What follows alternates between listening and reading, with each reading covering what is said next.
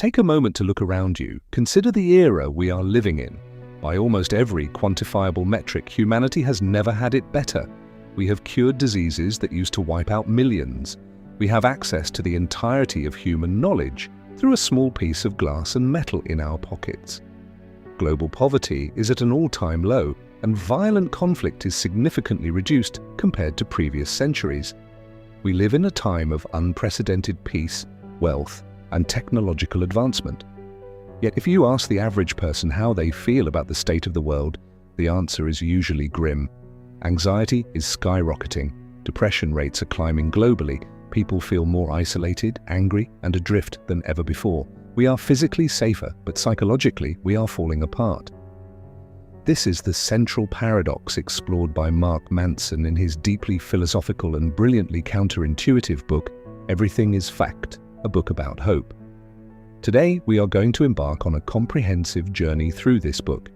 We will dismantle the way you think about happiness, explore the hidden mechanics of your own mind, and ultimately discover a profoundly different way to live. To understand why everything feels so broken, we first have to confront what Manson calls the uncomfortable truth.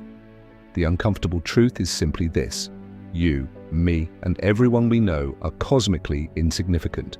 We are a microscopic blip on a tiny rock floating in an infinite, expanding universe. Eventually, everything we build, everyone we love, and every memory we hold will be swallowed by time. This realization is terrifying. It is the root of all existential dread. If our lives ultimately mean nothing in the grand scheme of the cosmos, then why should we do anything? Why get out of bed? Why endure the struggles of daily life? To protect ourselves from the paralyzing terror of the uncomfortable truth, the human mind evolved a defense mechanism. That defense mechanism is hope. Hope is not just a warm, fuzzy feeling. According to Manson, hope is the psychological fuel that keeps us alive. To function, to survive the uncomfortable truth, we have to invent a narrative that our actions matter, that the future will be better than the past, and that we have some control over our destiny. We need something to look forward to. For hope to exist, three components must be present: a sense of control, a belief in the value of something, and a community to share it with. When we have these three things, we have hope, and we can move forward. When we lose even one of them, we fall into despair. But here is the catch, and it is the central premise of the first half of our journey. Our relationship with hope is fundamentally flawed because we misunderstand how our own minds work. For centuries, philosophers and scientists have operated under the assumption that human beings are primarily rational creatures. We believed that our minds were like chariots, with logic and reason holding the reins, trying to control the wild, emotional horses of our desires. Manson turns this upside down with a metaphor he calls the thinking brain and the feeling brain. Imagine you are driving a car. Conventional wisdom says your thinking brain, your logic, your intellect, your ability to calculate consequences is sitting in the driver's seat, steering the wheel. Your feeling brain, your emotions, your impulses, your intuitions, is locked in the trunk or maybe sitting in the passenger seat, occasionally yelling out directions. Manson argues that this is completely backwards. In reality, your feeling brain is the one driving the car. Your thinking brain is just the passenger holding a map. The thinking brain can point out the fastest route, it can logically explain why you should go to the gym instead of eating a donut, and it can calculate the long-term benefits of saving money.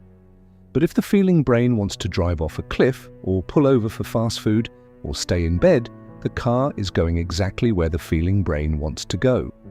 The thinking brain is powerless to steer. It can only try to persuade. This is why we constantly do things we know are bad for us. Have you ever logically known you needed to study for an exam but found yourself endlessly scrolling through social media instead? That is your feeling brain taking the wheel. Your thinking brain knows the right path, but it cannot force the feeling brain to take it. We try to use willpower, which is the thinking brain trying to forcibly grab the steering wheel, but willpower is finite and eventually exhausts itself. This means that if we want to change our lives, if we want to build a better relationship with hope and meaning, we cannot simply rely on logic. We have to learn how to communicate with the feeling brain. We have to appeal to our emotions and our deeply held values, because values are the currency of the feeling brain. How do we form these values? Manson introduces what he calls Newton's laws of emotion. Just as physical objects are governed by the laws of physics, our emotional lives are governed by psychological laws. The first law is that for every action there is an equal and opposite emotional reaction. This means that pain is the foundation of all our values. When we experience pain, a meaning gap opens up. If someone punches you in the face, you experience physical and emotional pain. Your brain immediately tries to close that meaning gap by assigning a value to the event. You might decide that person is evil, or the world is dangerous, or I need to learn self-defense. Every value you hold, what you consider good or bad, important or unimportant, was born out of a past experience of pain or joy, and your feeling brain's attempt to make sense of it. This brings us to the danger of how we currently construct hope in the modern world. Because we desperately need to feel that our lives matter, we latch on to ideologies. Manson argues that whether it is a traditional religion, a political movement, or even the secular religion of endless economic growth and consumerism, all ideologies function the same way. They provide us with a clear narrative of hope. They tell us what is valuable, they give us a sense of control by outlining rules to follow, and they provide a community of like-minded believers. But ideologies are inherently fragile and ultimately destructive. Why? Because to maintain their power, ideologies must draw a line between us and them. To believe that your specific narrative of hope is the absolute truth, you must inherently believe that anyone who disagrees with you is wrong, misguided, or evil. This is why the pursuit of hope so often leads to conflict, tribalism, and war. When our hope is tied to an external ideology, whether it is the hope for a perfect utopian society, the hope of getting rich, or the hope of political dominance, we become trapped in an endless cycle of dissatisfaction. Whenever our ideology fails to deliver the promised utopia, we double down, becoming more radical and more polarized. So, if traditional hope is flawed and ideologies lead to conflict, why do things feel particularly terrible right now, in the most prosperous time in human history? We have arrived at the paradox of progress. The paradox is this: the better things get, the more anxious and despairing we become. This happens for two deeply ingrained psychological reasons. First, human beings are incredibly adaptable. We suffer from something called hedonic adaptation. When our circumstances improve, our baseline expectations shift upward.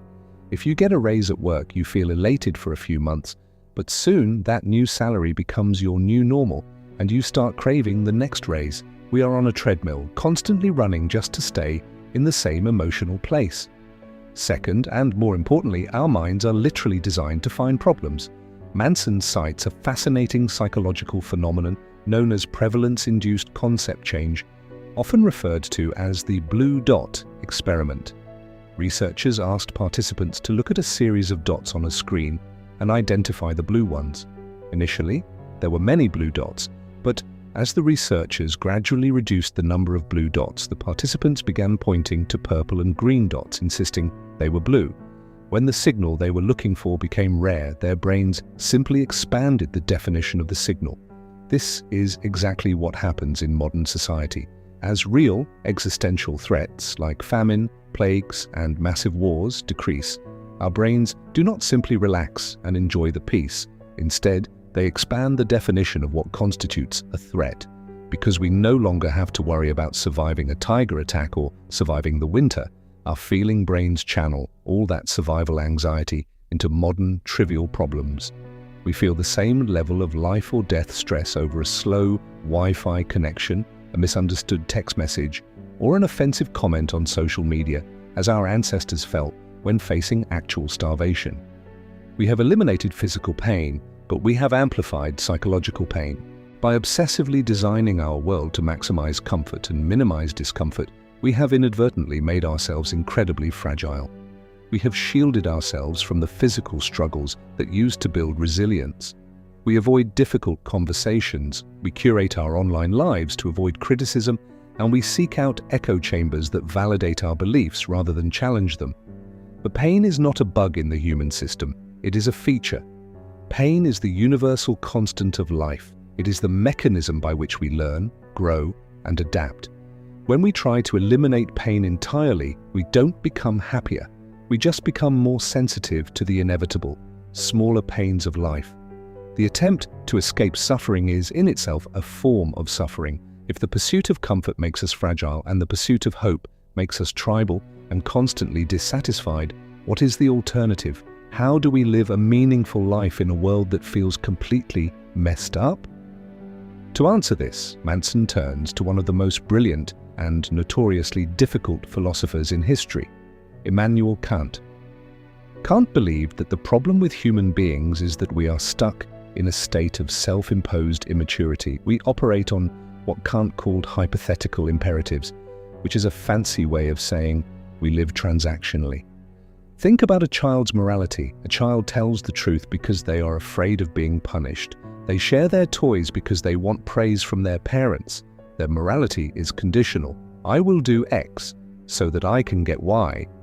Manson argues that most adults never grow out of this phase. We are nice to people because we want them to like us. We work hard because we want a promotion. We buy things because we hope they will make us happy. We are constantly using our actions and other people as a means to an end. This transactional approach to life is the very foundation of the flawed hope we discussed earlier. It is the belief that if we just find the right transaction, we will achieve happiness. But Kant proposed a radically different way to live, which he called the categorical imperative. To simplify Kant's profound idea, act only in a way that you would want everyone else in the world to act, and treat humanity, both yourself and others, never merely as a means to an end, but always as an end in itself. This is the transition from childhood to adulthood. An adult does not tell the truth to get a reward. An adult tells the truth because honesty is inherently valuable. An adult does not love their partner to avoid being lonely. They love their partner because the act of loving is beautiful in its own right. When you treat people as a means to an end, for example, being friends with someone only because they can help your career, you are essentially treating them like an object. And when you treat yourself as a means to an end, sacrificing your health and integrity just to make money, you are treating yourself like an object. Kant's philosophy destroys the need for traditional hope. Hope is always focused on the future. I hope things will get better tomorrow. But Kant's formula focuses entirely on the present. It demands that we act virtuously right now, regardless of the consequences, simply because it is the right thing to do. It forces us to stop trying to manipulate the world to guarantee a better future, and instead focus on being a better person today. But living this way requires us to confront the one thing we spend our whole lives running from: pain. If we stop using hope to distract ourselves from the present, we have to look reality in the face. Reality is often painful, unfair, and difficult. This is where Manson introduces the ultimate antidote to the crisis of hope, a concept championed by the philosopher Friedrich Nietzsche, Amor Fati, which translates to love of one's fate. Amor Fati is not just about accepting the bad things that happen to you. It is about actively embracing them. It is the profound realization that everything you have ever experienced, every heartbreak, every failure, every moment of suffering has been necessary to make you who you are in this exact moment. If you were to erase your deepest pains, you would also erase your greatest lessons and your deepest empathies. To practice Amor Fati is to stop wishing for a life without pain, because a life without pain is a life without meaning. Instead of asking, how can I avoid suffering? The better question becomes, what is the suffering I am willing to endure? What pain is meaningful to me? When you choose your struggles, whether it is the pain of training for a marathon, the pain of raising a child, or the pain of pursuing a difficult career, that pain ceases to be suffering. It becomes purpose. The paradox of progress has given us a world of immense comfort, but it has starved us of meaning. We are drowning in distractions, outrage, and tribal ideologies because our feeling brains are desperately searching for something to care about, something worth suffering for. We have traded the physical hardships of the past for a profound psychological fragility in the present. So, how do we navigate this beautifully messed up world? The conclusion is both stark and incredibly liberating. The answer is not to find a better, more perfect hope. The answer is to outgrow the need for hope altogether. Hope requires you to reject the present moment. It requires you to believe that here and now is not good enough and that salvation lies somewhere in the future. But the future is an illusion. The uncomfortable truth remains. We are a brief spark of consciousness in a vast universe. We cannot control the grand narrative of history. We cannot guarantee our own success, our health, or our ultimate legacy. What we can control is our character in the present moment. We can choose to engage our thinking brains to understand our feeling brains rather than letting our impulses drive us off a cliff. We can recognize when our minds are inventing problems out of thin air just because things are too peaceful. We can reject the comforting illusions of tribal ideologies that demand we hate our neighbors. Most importantly, we can embrace Kant's adulthood. We can choose to stop using people and ourselves as tools to acquire future happiness. We can act with honesty, courage, and compassion, not because we hope it will magically fix the world, but simply because it is the only decent way to live. Everything might be flawed, everything might eventually fade away. But within that terrifying reality lies ultimate freedom. You don't need to hope for a better world, you just need to be a better person today. Love your fate. Embrace the necessary pain of growth. Stop waiting for the future to save you, and start acting with unconditional virtue right now.